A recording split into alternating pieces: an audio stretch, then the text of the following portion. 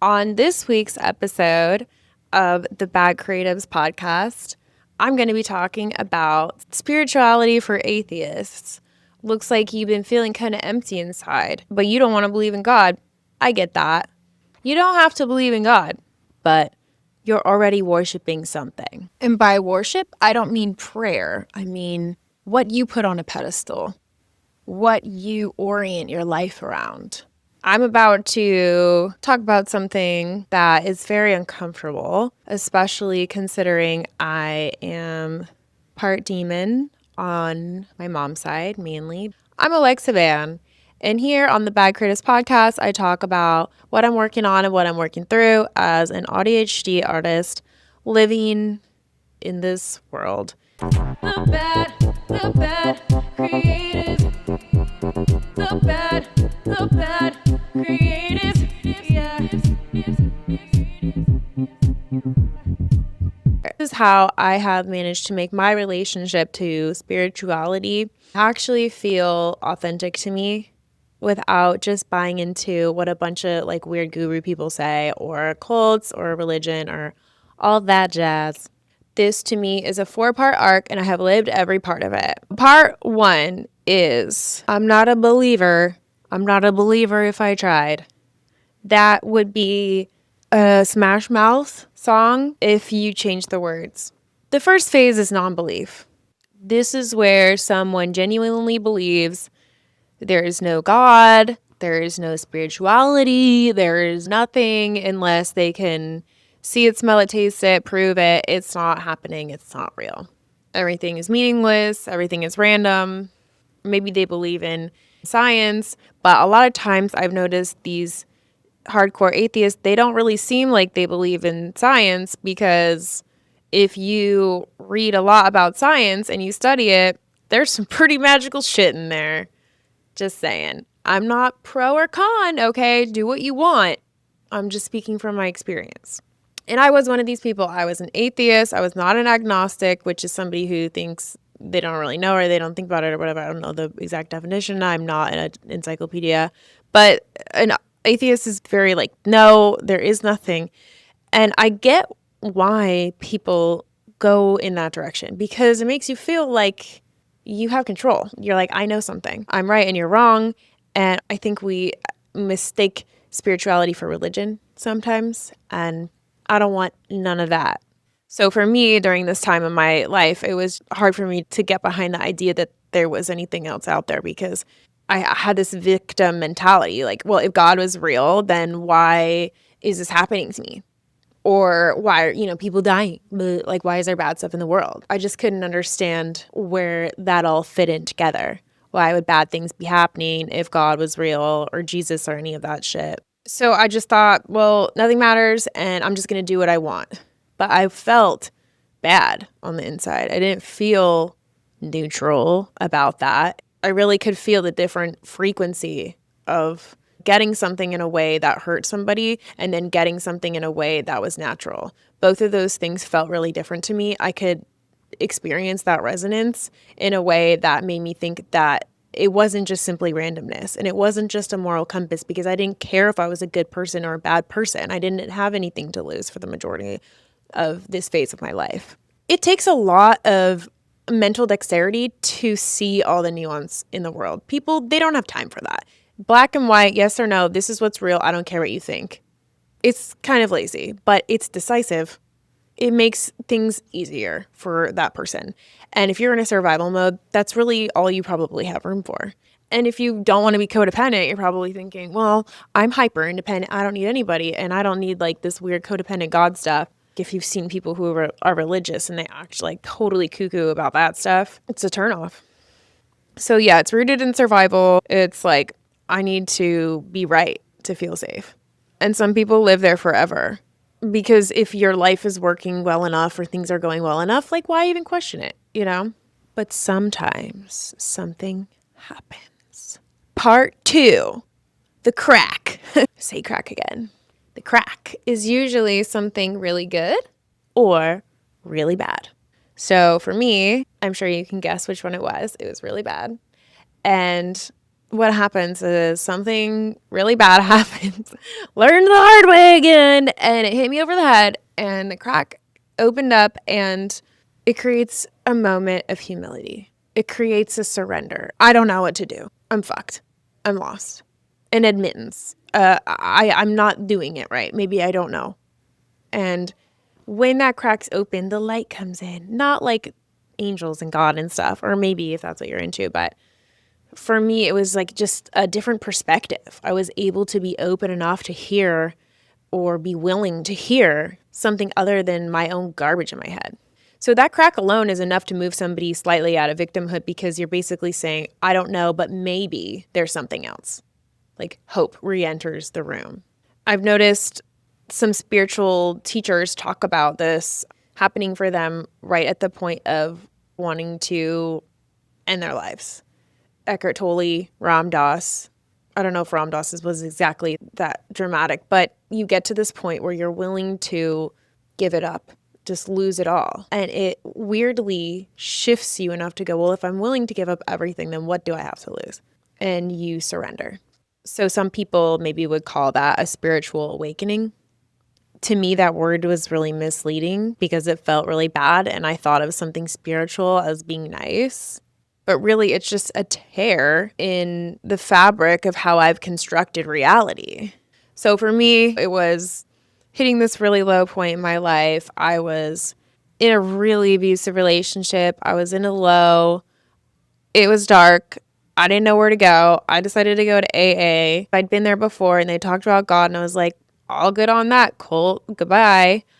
Circled back, didn't know where else to go. And I was like, okay, fine, I'll listen to you guys talk about God. Just please tell me how to be less miserable. Because I associated God with control and religion. And religion to me felt like dominance because of the patriarchy. And, religion for women is super lame. Like, we don't have like great stories in there. We all love a good story though, right? Those guys, they're like bedtime stories for white men. Okay, so anyway, I was beaten down enough to say, I can't do this my way anymore. I don't really like your way, but I'm like willing to hear about it. And this is phase 3, the spiritual student. This is the most annoying person you have ever met. So this initial crack in the fabric of which you have seen your reality shifts, and you're like, what? Maybe something else? And then all of a sudden, your mind rushes back in, tries to control it by being like, oh, now I know what it is again. It immediately wants to control what that looks like and what that means, and to understand it. My need for control is often wanting to understand, because I think if I can understand something well enough, then I'll know what to do with it. I think a lot. I think things into a million different situations, and it feels nice in my brain, and then it doesn't. So when the crack happened, your ego is kind of like a ego death, like they talk about in psychedelic journeys, where you're like, oh, I see it now, I understand.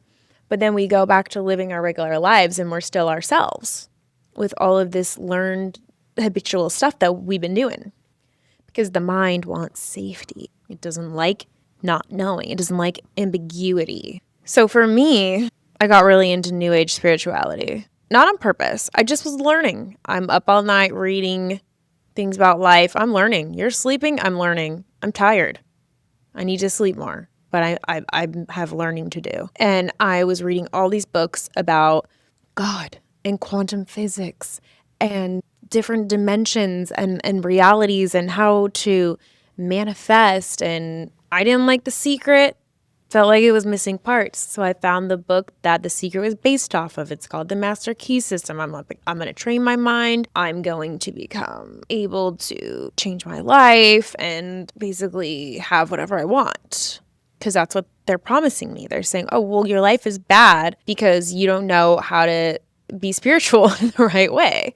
So I was like, oh, cool. Well, glad I found that out. So entering into the world of manifestation, Abraham Hicks, New Age teachings, yoga, all these things are fine. I'm not saying there's anything wrong with them, but the person who over-identifies with them and makes them into their personality is kind of missing the fucking point.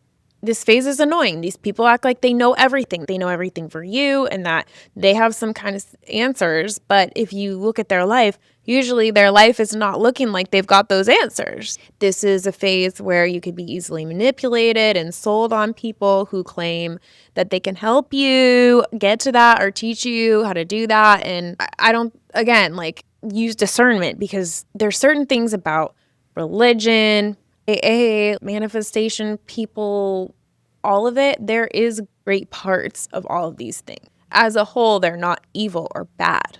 It's when somebody over-identifies with them egoically and misses the point. So this phase is annoying for everybody around you, because it's really just your mind running the show. It's just dressed up in spiritual language, and it's oftentimes really self-righteous. These people act like they know something that you don't, like, oh, if you just knew what I knew, then, you'd be able to manifest it, or like, you just need to think more positively. But you can't just think more positively if you're horribly traumatized.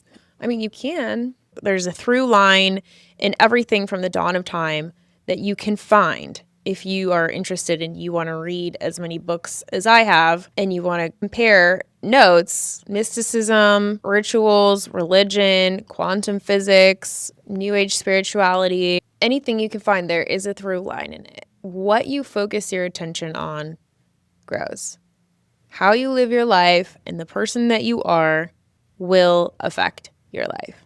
There's other through lines. I can't think of any off the top of my head. So this is where I got stuck, because I was trying to use spirituality as another control strategy, but I couldn't think my way out of feeling the way I felt.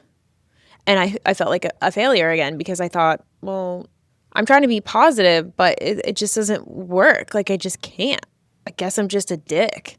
And I was able to train my mind through years and years of practice, but it's because I had to learn how to feel, how to be in my body, and use somatic practices and things that were really grounding and really humbling and didn't feel good. I couldn't spiritually bypass my way out of trauma. I had to do EMDR. I had to do things that made it so I felt safe to be in my body. And I had to put a lot of attention onto my thoughts and where those thoughts came from and where they originated. And sometimes it gets way worse before it gets better. And you can get better in one area of your life and another area is not as good. And it's a spiral. We can come back to something in a different way a bunch of times. But what it all came down to is a very deep avoidance of being here. I don't want to be present. I'm neurodivergent. I'm AuDHD. It means you have autism and ADHD, which means I get understimulated and overstimulated. So I don't like to do too much, but I can't do nothing. It's hard. I created a world in my mind that was more interesting to me than the one here. So I didn't want to be here. I wanted to disassociate. So I had to learn how to want to be here. I mean, still today, sometimes in the middle of the day, I'll stop myself and ask, why am I rushing right now? What is the rush? And sometimes it's that ADHD, invisible motor inside my body that's like, I don't know, let's go. We got to put pressure on it for no reason and make ourselves feel stressed. So we do stuff. And then all of a sudden it explodes and you can't do anything. And I had to realize that's inside me, but that's not mine. That's not my pressure. That's not my lack of time or of things or of resources. And I have to stop and remind myself, none of this is really that important. And what is the point of striving for something if you don't even like the experience of it? Am I a slave? Let's take my situation. I'm an atheist, and now you're telling me everything is possible, yet I've never examined all of the reasons why my life felt miserable to begin with. So what do you think I'm going to create more of? More chaos, more striving, more avoidance. Anything is possible, good or bad. And this led me full circle. Part 4. Not enlightenment. I don't think most of us came here to transcend the human experience. I don't really think it makes sense that we're all supposed to become enlightened. We're human beings. We're here on Earth just doing weird stuff.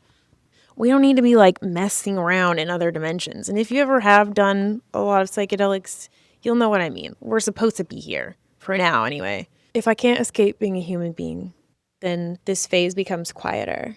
it's less exciting. It's not as, I found the magic answer for life and it's going to be great. It's going to look amazing and I can do anything. It's realizing I don't know everything. Some of this helped, but there's still something deeper going on. And it's not getting lost in excessive healing forever and ever, but it's just acceptance, less effort, less control. It's counterintuitive. You're not trying to get it right anymore. That's why I feel it's full circle, because it's a surrender again. But this time it's not a victim surrender. It's not God has a plan for me and God is going to save me, or I need to sacrifice myself and everything about me to like save my life. It's like that hero arc is fun in a fantasy novel, but it doesn't need to be your life. For myself, it was hard to say, what if life isn't about my comfort? What if reality is neutral? What if I have choices? What if I don't have to do anything? And so now I'm taking responsibility for the choices I'm making, seeing them as choices. It's not as magical. It's practical. I'm all for magic. I'm all for being a fairy. But this is my version of that. Because it's the only way I've been able to stay using the idea that I think logic is limited. I think what man's world has created is limited. I need something more, but I don't want to be so lost in it or manipulated by it. I don't want to be bypassing my human experience. But I do want to supplement it and make it feel ironically more real. And it's almost so simple that your mind rejects it, because your mind wants something to chew on. And I've got an active mind. So that's why I create so much, because then I'm just building things that are fun and that I like. And the other side of that is I have to have a lot of stillness and I have to be present. You have to be here now. Sorry to quote a Ram Dass book, but that's kind of what it all comes down to, is I got to find a way to want to be here. So that's why I stopped using spirituality as a means to get what I wanted, and instead ask myself, why don't I feel okay about what I have now? Why don't I feel okay? What is it that I need? And how can I make it so that I want to be here? And if that's not possible, how can I accept where I am and build with what I have to create something else? You're a collaborator with the forces that be, with whatever is in your life. You're a part of it, and so you can use that not to exploit or hurt people, but to build with that. I think it helps when you end up getting a bunch of stuff you wanted and you realize, well, that didn't really do anything for me. It was cool. Like, you kind of have to have that experience of where you get what you want enough times to be like, okay, so I get it. That's not all there is to life. And I don't want the life that's required to maintain that. I remember having intention, like this thing I wanted to manifest. I wanted to be a CEO of a company and be like a boss bitch. And I got that and I hated it. It was the worst time of my life. It's disgusting. I never want to go back there. I learned a lot. I would rather die than go back to that. This is where intuition comes back online. Even though we thought we were getting spiritual and we were going inward, we were outsourcing. We come back to our intuition. Outsourcing your truth forever is not the answer.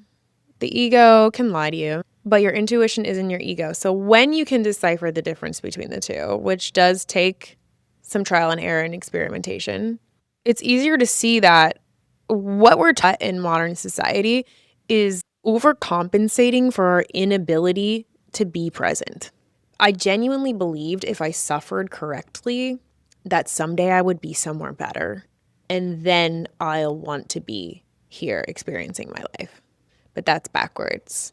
To sacrifice means to make sacred. I read that in a book. I didn't fact check it, which is very unlike me. I like facts.